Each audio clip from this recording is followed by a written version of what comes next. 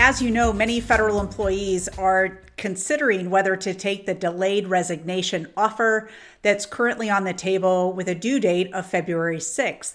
So we are doing a series of episodes to be able to explain for various groups of people how things work. So today's episode is going to be all about those who are pretty close to being eligible to retire, but not eligible for an early out. Okay, so we're going to walk through some of these details. Don't you worry. Hi, my name is Kowalik. I am the founder of ProFeds, and I welcome you to the Fed Impact podcast, where we offer candid insights on your federal retirement. If you're new to the show, welcome. We have lots of new followers, and so we're delighted to be able to help you in any way that we can. So let's start by talking about full eligibility, just so we're really clear what that is for everybody, especially if you've not really thought a whole lot about retirement just yet.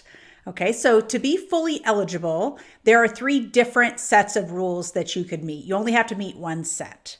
You need to be at least age 62 with at least 5 years of service, at least age 60 with at least 20 years of service, or have met your minimum retirement age, which is somewhere between the age of 55 and 57, depending on the year that you were born. Okay. With the MRA, you need to have at least 30 years of creditable service to be fully eligible to go. Now, aside from voila, you're eligible, you also receive an immediate pension when you retire. So you don't have to wait many years to get it. It's going to start right away. And there are no penalties applied to that pension. Okay, so very, very important that we understand how full eligibility works. So next, I want to talk about the early out eligibility, because this is a new twist that was just added to the OPM language on the site regarding this offer. But to be clear, this video that we're doing right now is for people who don't meet this requirement. And so I need to tell you what the requirement is first so that you know whether you meet it or not. Okay.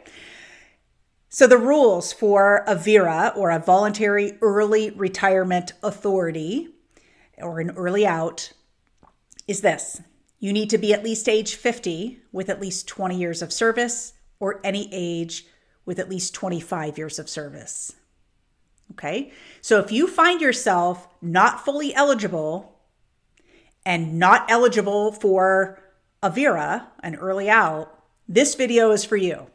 Okay, because you're going to have some really unique things happening to you. And honestly, I think you're in the most vulnerable group of everybody, because you're so darn close that this offer is going to look tempting. Okay, so here's the deal. On a VERA eligibility, if you were to retire under a VERA retirement, there are no penalties assessed to your pension. Even though you're getting it earlier than you should, there's no penalties, and you're going to draw that pension right away, which is amazing. Okay. But remember, everybody on this video should not meet that requirement. If you do, go watch the VERA video, because I made one especially for you as well. Okay, so here's our example. The first one is someone who's 59 years old and who has 5 years of service.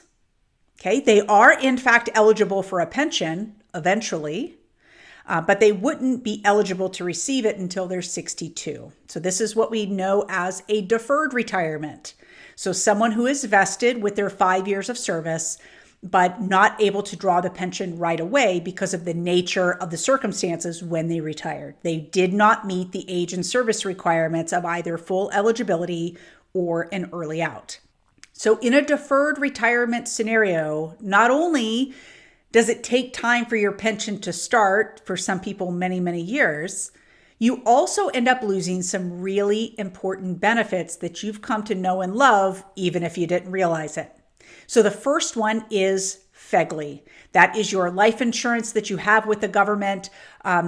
Listen, if you're insurable and you can go get life insurance somewhere else, maybe it doesn't feel like a very big deal to you. But if you find yourself uninsurable and unable to purchase life insurance anywhere else, you might find that this is pretty coveted insurance that you'd like to keep.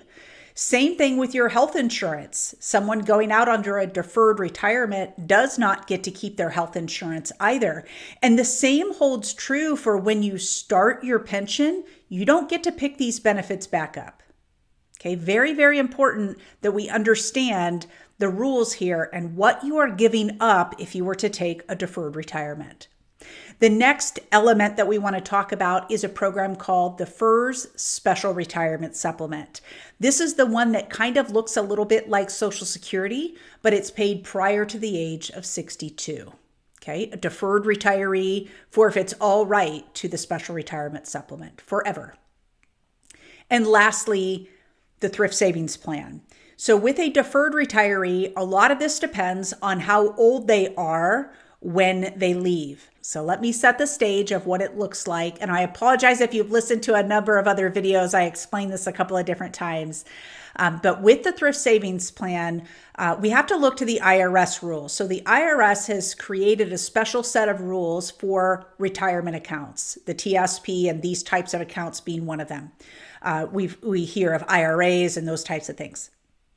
So the rule is they don't want you to access this money prior to the age of 59 and a half.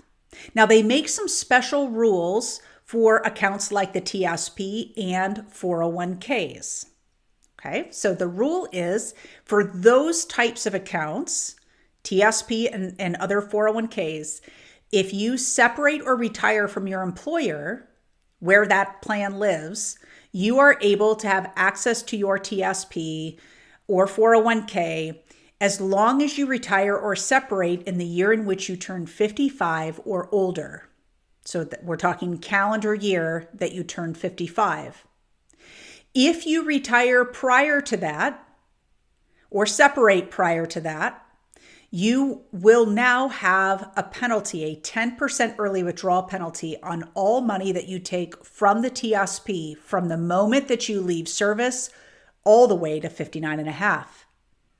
Okay, so for our folks who are much younger, that's a bigger penalty, but in reality, this account is not supposed to be used earlier in life. It's supposed to be used later in life, and that's why the IRS has set the rules that they did. So we need to understand that for these two examples that I gave, that person who was 55 and the other who was 59, neither of them would have penalties to the Thrift Savings Plan withdrawal that they have to be able to use that money. But if someone were to be younger than that, then of course those penalties would kick in. All right, so we always encourage folks to know your numbers. The more you understand about how your eligibility factors into this big equation and what you're truly qualified for, it gives you a better sense of how to be in the driver's seat of all of this. And so I hope that you'll take every opportunity to get super clear on your numbers. If you need a little bit of help, we do have retirement workshops. Certainly getting out to these sessions and having a clearer understanding of what's available to you with respect to all of your benefits, not just eligibility wise, but all of the benefits that are available to you and what it's going to look like moving forward in retirement.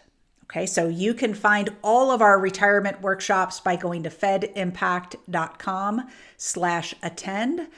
You'll be able to see all the locations and dates that are available. Okay. All right. So if you want a little bit more direct communication with us with respect to an upkeep on all of your benefits, how these things work, the legislation that's on the table right now and how that's going to change, pull out your phone and text the word podcast to 224-444-6144, and we will do a little bit of a text exchange and get you everything that you need. Okay. And our hope, of course, is that you subscribe to this podcast wherever you listen to podcasts so that you're sure not to miss an episode. All right. We hope that this was helpful as you're thinking about planning for retirement and potentially taking this delayed resignation offer. Thank you so much, and we'll see you next episode.